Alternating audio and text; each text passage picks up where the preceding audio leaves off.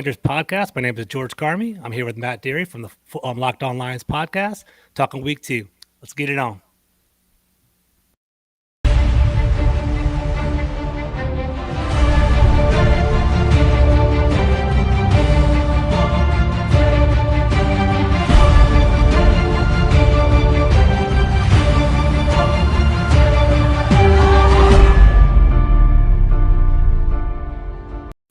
All right, welcome everybody to the Full Press Commanders podcast. I'm here with Matt Dery from the Locked On Lions podcast. How you doing today, sir?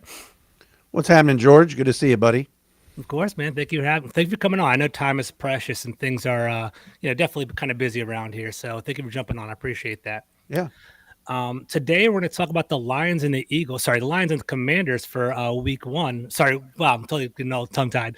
Lions and Commanders for week 2 after a thrilling Eagles-Lions matchup in week 1. So I'm happy to have you on here, Max. I want to talk to you about last week's game and talk to you about our upcoming game over here. So, the Lions, they're basically the kind of the talk of the NFL right now. They, they're kind of up and coming. They were on Hard Knocks this past summer, so we kind of got to see them there.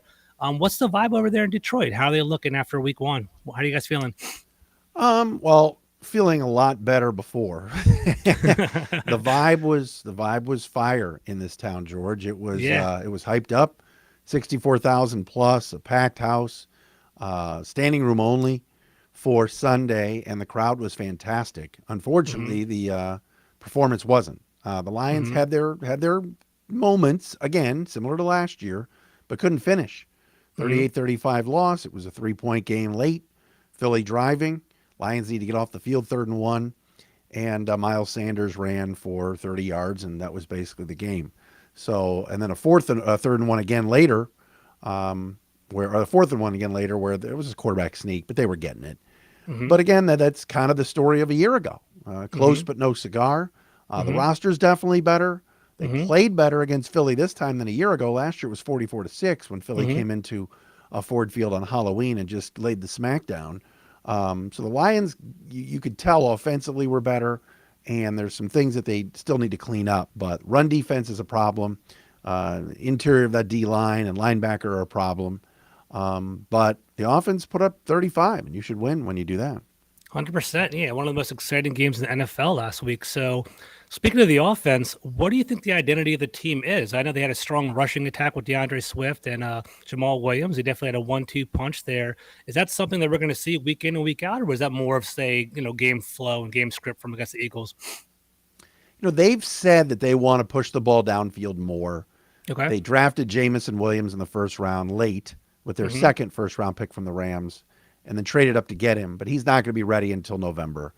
So he's the home run threat that they miss in a big way. So for now, well, yes, DJ Chark can run by some people, and same with Josh Reynolds, but I think they want to establish DeAndre Swift in this ground game. Like you said, the offensive line is really good. You got Pro Bowlers on that line with Jonah Jackson, Frank Ragnow. I think Penei Sewell will be one. Taylor Decker's always been a fringy Pro Bowler at left tackle. So they've got some guys up front that love to run block. At times, they manhandled Philadelphia. First series of the game, George, they came down the field and steamrolled them. They did. And did it with DeAndre Swift, did it with Jamal Williams.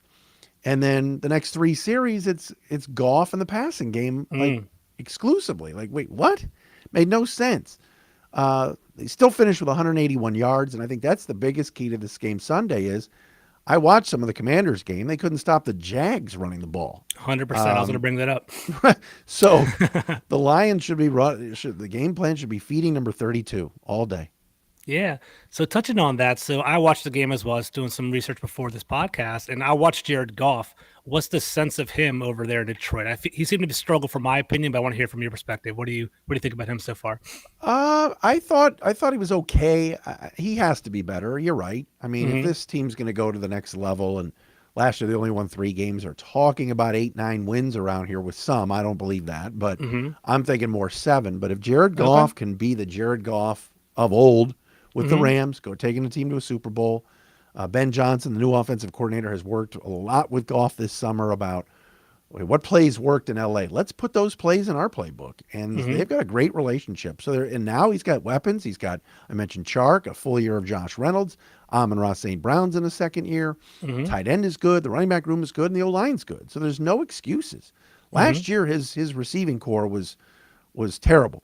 And so Mm-hmm. now it's better, Mm-hmm. and he must perform. You're right. And I think Lion fans want to see games that go. They want to see Goff have a game like Wentz had last week for you guys, Mm-hmm. 4 touchdowns and passer rating of 100. That's kind of what Lion fans would like to see from Jared Goff. Instead, they got an 80 passer rating, a couple of touchdowns, a bad pick six, and those turnovers will kill you.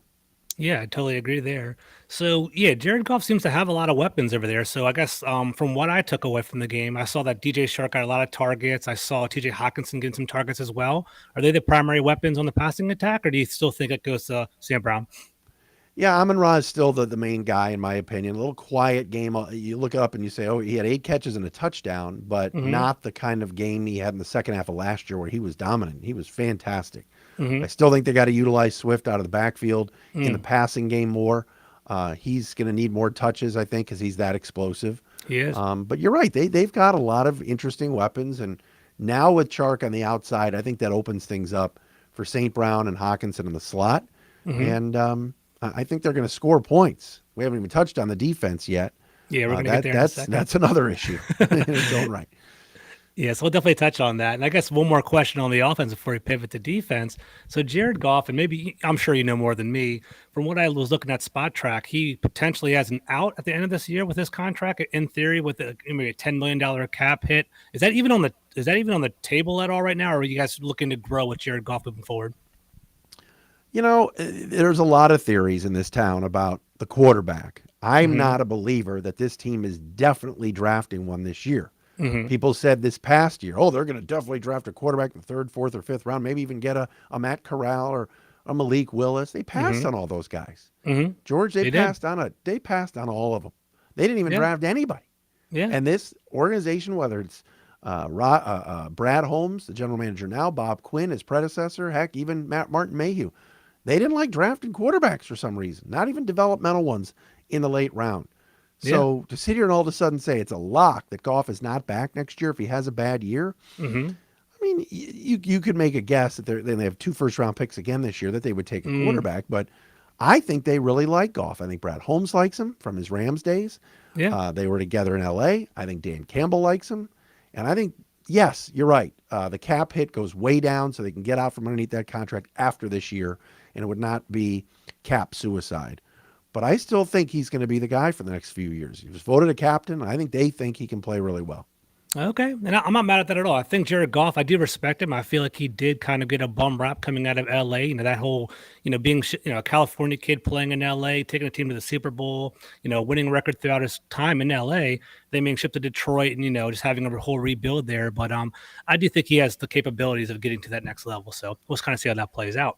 Yeah, we'll So let's see. we'll see. So let's kind of pivot to the defense real quick. So I think Washington. It's funny. I think Washington, Detroit kind of mirror each other. Where in regard to there is some offensive weapons that could be explosive, but the defense is kind of raising some eyebrows right now. So let's talk about it. And from what I saw, from my perspective, I felt like the Lions did generate pressure. I feel like they were kind of attacking Jalen Hurts. Jalen Hurts is he's a slippery player, man. He was just running around all over the place. But we don't have that luxury here in DC. But what's your initial takeaway from the first game from the defense? I mean, I liked the game plan. Don't get me Mm-hmm. wrong. They were attacking. They were blitzing like crazy. A lot of Mm-hmm. defensive backs in the backfield. But you're right. They couldn't corral Jalen Hurts. Mm-hmm. Certainly, Carson Wentz can move a little bit. He's not a Mm-hmm. terrible runner per se, but I think the Lions will get in and get to him a little bit. Aiden Hutchinson is a guy to watch, certainly because he was drafted number 2. He's a local Mm-hmm. guy. The crowd loves him. Did Mm-hmm. not play well in the first game. And that's okay. Mm-hmm. It's his first NFL game. RPO, Hurts. I knew it was not going to be good. Mm-hmm. But I think he'll bounce back. My Mm-hmm. concern with this defense is, middle screens, Gibson on a delay up the middle. He's slippery. McKissick, those type of players always give this defense fits. I Mm-hmm. like Malcolm Rodriguez, a 6th-round pick, another Rodrigo. Hard Knocks Yeah, poster legend. boy. Yeah, He was exactly. Oh yeah, he was fantastic on the show, and he's been really good. And actually, Mm-hmm. Dan Campbell said this week he graded out very well in the coach's Mm-hmm. eyes and didn't have any missed assignments. The Mm-hmm. problem is the linebacking core next to him, Derek Barnes, Alex Anzalone, some others, Mm-hmm. didn't play all that well. I think the Mm-hmm. safety play can be better, and I think the interior of the D line is really light right now. That's my concern. Interesting. Okay. So for one, so I was watching some tape yesterday. So the Walker, the safety, I believe, I forget his first name. I Yeah, thought he had Tracy a great Walker. game. Yeah. Yeah, is he one of the standout players for your team? And he left the game injured? Is he going to play this week or what's going on there? Actually, he was ejected. If you remember, Oh, that's what happened. he Okay. was the one that he went headfirst into Hurts, Okay. grazed him, didn't hit him hard, but it was a Okay. definite helmet to helmet and personal foul. And Mm-hmm. then the Eagles players went after him, Mm-hmm. and he kind of swung at a guy, made contact with an official, and he got another flag and he got tossed. Okay. Very, very bad move. Mm-hmm. Uncaptain like. He's one of the Mm-hmm. captains on the defense, and Mm-hmm. he even admitted I can't do that. Yeah. Lost my cool, bad move. The organization loves him. They Mm-hmm. gave him a new contract this offseason. I look at Tracy Walker and say, and I do this all the time on my show, George, and I came up with this years ago. Is Mm-hmm. Tracy Walker a good player, or is he Lions good? We Lions get, good is we pump up players in this town, but if they went somewhere else, would they be starters? that's how it is You in know, Washington too, to we had be a honest with you. Yeah. we had a guy here years ago, Louis Delmas, that the fans just I thought remember was him. Yeah, I remember him. so Yeah. good. And I Yeah. looked at him and went, he's not good, but he's Lions good. Tracy Walker is right on the fringe. Is he Lions good or is he good? Because the organization thinks he's really good. I don't see a guy that picks enough passes off. I Mm-hmm. see a guy that does rack up a lot of tackles, but I think they're down the field. And Mm-hmm. this Sunday, like you said, I want to see Tracy Walker excel. I want to see him blanket a tight end, take away a play, take away a pass over the middle and step in front and pick one off. This defense does not do that, and he needs to do that. And they gave him big money to do it. I mean, he's their best safety. I don't think there's any doubt. But Mm-hmm. I know he had a 13 tackle game, but I didn't walk away from the game going, man, Tracy Walker was great. I didn't do that. Gotcha. Okay, good. Okay, interesting. So, is there like just general concern for the defense altogether? Because I mean, granted, they played Philadelphia. Philadelphia's pretty dynamic. They have Jalen Hurts. AJ Brown had a pretty big game. I believe you guys gave up 450 yards of total offense, but Yeah. maybe that might just be a Philadelphia thing. Are you guys concerned long term? And I guess what Washington's strength is our passing game. I'm curious about your secondary and how strong they are.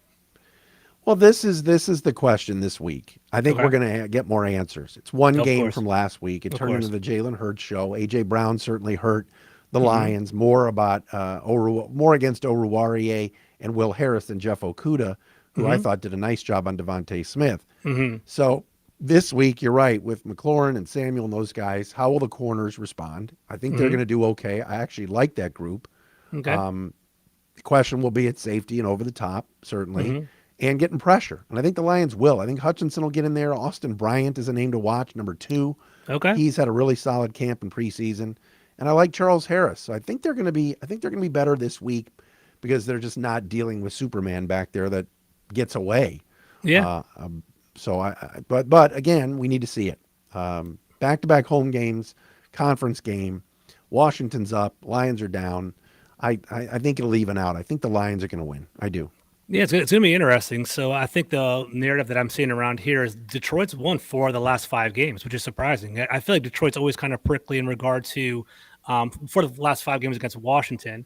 So they definitely offer some sort of like prickly competition for us over here. So I saw that you guys are favored for 2.5 points for the first time in 24 games. Yeah. What's the reception in the fan base over there? Are they excited about this, or what are they thinking? I mean, George, it's funny going on social media and seeing people, oh my God, we're favored for the first time since 2020, favored for the first time, I think, over a winning team, a team with a winning record, albeit it's Washington at 1-0. Yeah, And yeah. no offense, but No, you that's guys fine. aren't Yeah, winning always. that. You guys aren't Yeah. winning that division. I don't think. But a favorite for the first time with a team with a winning record since 2018. So it's weird territory. I do think some of this is hard knocks and hype. I also think that, like you said, I think Vegas is looking at this like, are the Commanders really going to go 2-0? And are the Lions, who people feel will be better, are they really going to be 0-2? So I think they're looking at it that way. Yeah, so I agree. I think Detroit's kind of on the upswing. They obviously had Aiden Hutchinson and Jamison Williams in the first round.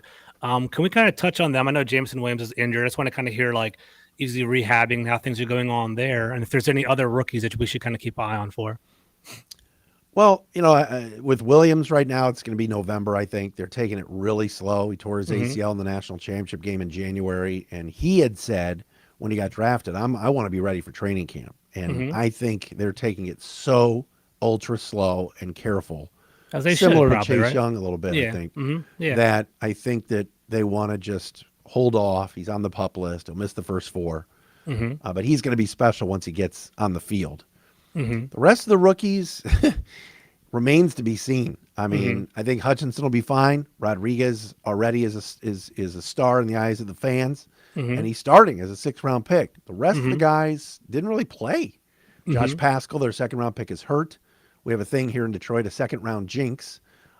Tease Tabor, Jelani Tavai, Levi Onwuzurike, who is not playing. Pascal's hurt. It's almost like any of these guys, going back to Bob Quinn and even Martin Mayhew, get taken in the 2nd round. They don't work out. DeAndre Swift is a exception to the rule, and Darius Slay. Yeah. Other than that, go back and look at the last 10 2nd-round picks. They have not worked out. Pascal's hurt. He would have played and would be a nice addition to that D line. But other than that, no, I think that Rodriguez and Hutchinson will be the rookies to watch. Okay, cool. Last 2 questions. We can kind of start wrapping it up pretty soon. So Dan Campbell, we see him. He's kind of a polarizing figure around the league. He seems pretty, effusive. Seems like the team is rallying behind him. Are you a fan of Dan Campbell, and how's he perceived in the locker room and amongst the fan base? Oh, the fans love him. Okay.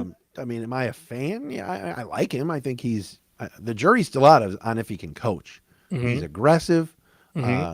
He's fantastic with the media. He is so just absolutely transparent. If a guy's hurt, he'll say he's hurt. If he made a mistake, he'll say, I own this one. I messed this up. He wears his emotions on his sleeve. He cried last year at the Minnesota game when they lost on a 60-yard field goal. I mean, the guy is just real. And it's refreshing because the previous coach, Matt Patricia, was a complete blowhard. So this is the real guy, and the players love him. I mean, so many guys re-signed here because of him. The question now is, can they win games? This past Sunday was a game from last year where they lost 13. Right there, close but no cigar. We were right there. We were gritty. We were grimy. When are they going to win those games? Is it this week? Because I don't think this is going to be a blowout on either side. No, very competitive game. We're talking 24-20, and here comes Wentz with the ball, and he's got to go 80 yards. Are the Lions going to get that stop and win? It's time to do it. And hopefully that happens this week. I agree. That's definitely the differentiator between a good team and a bad team, right? I think Washington's kind of learning to win as well, and I think Detroit's kind of in that same level. They're a young team trying to win right there. I guess one more question. So you have a kind of an interesting staff. I saw Deuce Staley and Mark Brunell and kind of a lot of former veterans that are basically coaching the team. How's that going? Do you feel pretty confident with that? Or are they? It's just interesting seeing former players go back, and I just want to see, I'm just curious how that's being received.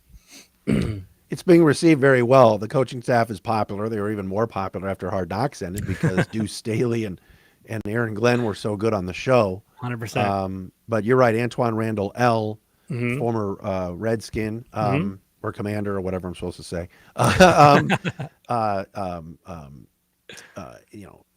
Kelvin Pritchard, all these guys that they've got on their staff are all very good personalities, but they all did play, and that does help. I mean, Hank Fraley, their O-line coach, was a 10-year veteran in the league. He's fantastic on the O-line.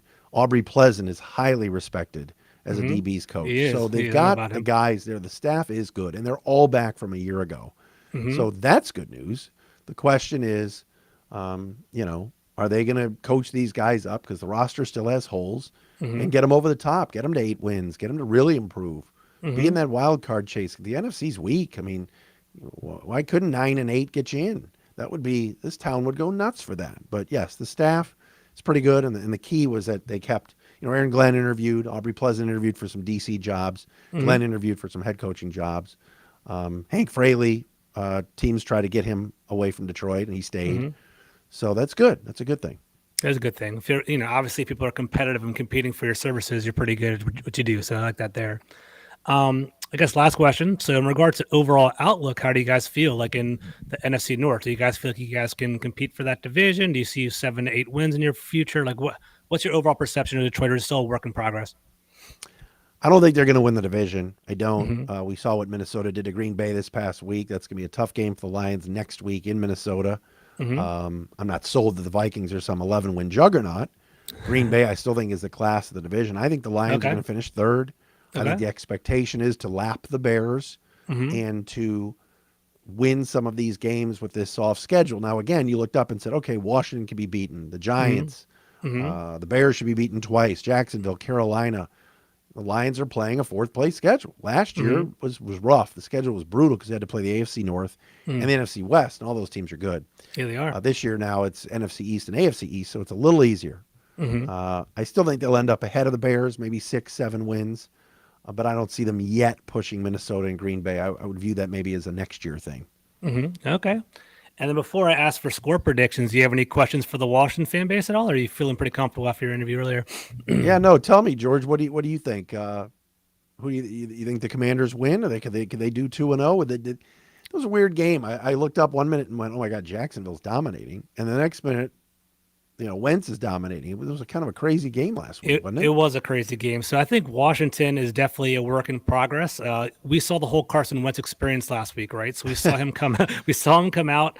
He threw 2 touchdowns on our first 2 opening drives. That's the first time Washington has done that in a week 1 since 1991. Like we Wow. always punt the ball. So for the first time, we actually had a pretty aggressive offense. I think the way to win and the way to kind of our formula for winning throughout the year is just a quick distribution from our quarterback, right? If we let Carson Wentz try to play hero ball and kind of run around and kind of, try to be that Patrick Mahomes that he wants to be, he's going to create turnovers, fumble, get sacked, and kind of have negative plays. But I think for the first time since 2016, since we had Pierre Garçon and Deshaun Jackson, we actually have like a pretty impressive like skill set regarding Jahan Dotson, Curtis Samuel, and Terry McLaurin. So, if Carson Wentz can do 3-step drops, hit those guys real quickly, and have them do yards after catch, that's going to be our winning formula. And what happened last week is Washington did that. They actually started off the game with this quick passing game. They got up pretty quickly, and then for some reason, they started pulling it back. They started to kind of like be conservative and run like a 4-minute offense. And that's where, we had some bad turnovers. The Jaguars got back in the game and started to fall behind a little bit. So Who's the OC? Who's the OC again? it's a Scott Turner from North That's Turner's right. son. Yeah, so Yeah. actually, it's pretty cool. Actually, I like seeing his growth. It's year 3 for us with him. He had Alex Smith and he had Taylor Heineke in years past, and he's kind of had been limited with his quarterback opportunities. But now we have Carson Wentz, who physically he has all the tools to basically be a very a great quarterback, but at the same time, the whole mental aspect and the whole Yeah. getting caught in a negative loop. And yes, let me ask you that. So from a national perspective, how do you feel about Carson Wentz? Do you feel like he, just honest perspective? I want to hear what you think. I'm not a fan. Yeah. I think what he Okay. did last year in Indianapolis, Mm-hmm. the unvaccination thing, Yeah. he was a lousy leader. Yeah. I mean, that's a really easy place to go. Play for Frank Reich, Chris Ballard. That's a good locker room. I'm surprised at how that was to me, that was his chance. You were Mm-hmm. taking over for Phillip Rivers. Could be an upgrade. Week 17, I know you guys have talked about this ad nauseum in DC. Mm-hmm. That was a awful performance against Mm-hmm. Jacksonville. And, obviously the owner said, get this guy out of here. I mean, Jim Mm-hmm. Irsay has said it publicly. Yeah. Jim Irsay is always positive about his players. Quentin Yeah. Nelson's the greatest this, and we love this guy. And former Colt players go back there. My son's a Colts fan, so I got intel. But Gotcha. all these Colts, the old guys, the Reggie Waynes, the Peyton Mannings, they all talk about Mr. Irsay, who's, an interesting guy, but man, Very he passionate. just blasted Carson Wentz and He still does whenever, every whenever time he gets a chance. Whenever he gets a chance. I'll be interested in watching this week. I'm excited to see what, I'm intrigued. Because Yeah, there it's is talent. There's But I just don't- definitely talent. I think we definitely mirror each other in regard to that like the skill set players and our defense and things like that. With Carson, the narrative around here, what we're catching from like more of our beat guys, was that basically Carson Wentz, when he was in Indianapolis, had a lot of pressure because was following a pedigree of Peyton Manning, Andrew Luck, Phillip Rivers. They had high expectations over in Indianapolis. With 27 touchdowns like he had last year, getting that around here in DC, that would be like breathtaking. We haven't had good quarterback play in years. Like the last time we've had a quarterback pass for 30 touchdowns was 1967 with Sonny Jurgensen. And it's like, if Carson Legend. Wentz does that, yeah, exactly. But if Carson Wentz does that, then it's totally eye-opening. So we'll see that there. And then finally, he's one of the elder statesmen in the room. I don't know if you know that, but Washington's team roster is the 7th youngest in the league, and I believe he's one of the oldest people on the team. So he's definitely expressed that in interviews. Like, I have kids, I'm doing X, Y, and Z. He's like, I can't even hang out with these guys because they're basically, they're trying to go to the club and stuff. But he's just saying it's a funny dynamic because now he truly is a leader, which he wasn't one before. So it's interesting. Nice. Well, I know you're going to ask me about the prediction. I think the Lions are going to win. I think that I think it's going to be close. I think it's going to be 23-20, 24-20, something like that. Lions are due to get a home win here and build a little bit about what, off of last week with their offense. I'm not sure Washington's a 2-0 team, so I'm going to take the Lions, small. I think it'll be tight. It will be a nice nip and tuck kind of game right there. So thank you, Matt, for everything. I really appreciate it. Before we sign off, can you just kind of share with the fan base basically, where they can find you on social media, what projects you're working on or anything like that? As you see on the screen, and George has great graphics, Dery Speaks on Twitter, Dery Speaks. We post a podcast there every day, Locked on Lions, lockedonlions.com, on YouTube. And I also do the Pistons official podcast on their website for the team and some other stuff. Once in a while I fill in on the Fan in Cleveland and stuff, but Locked on Lions is what I do daily. I've been doing it 7 years, and I love it. So we'll have a good previews all week and get people ready for the game. Sounds good. Thank you, Matt. I really appreciate your time. You've been a great guest, man. Take care. All right, George. Thank you. All right. See you guys later. Bye-bye.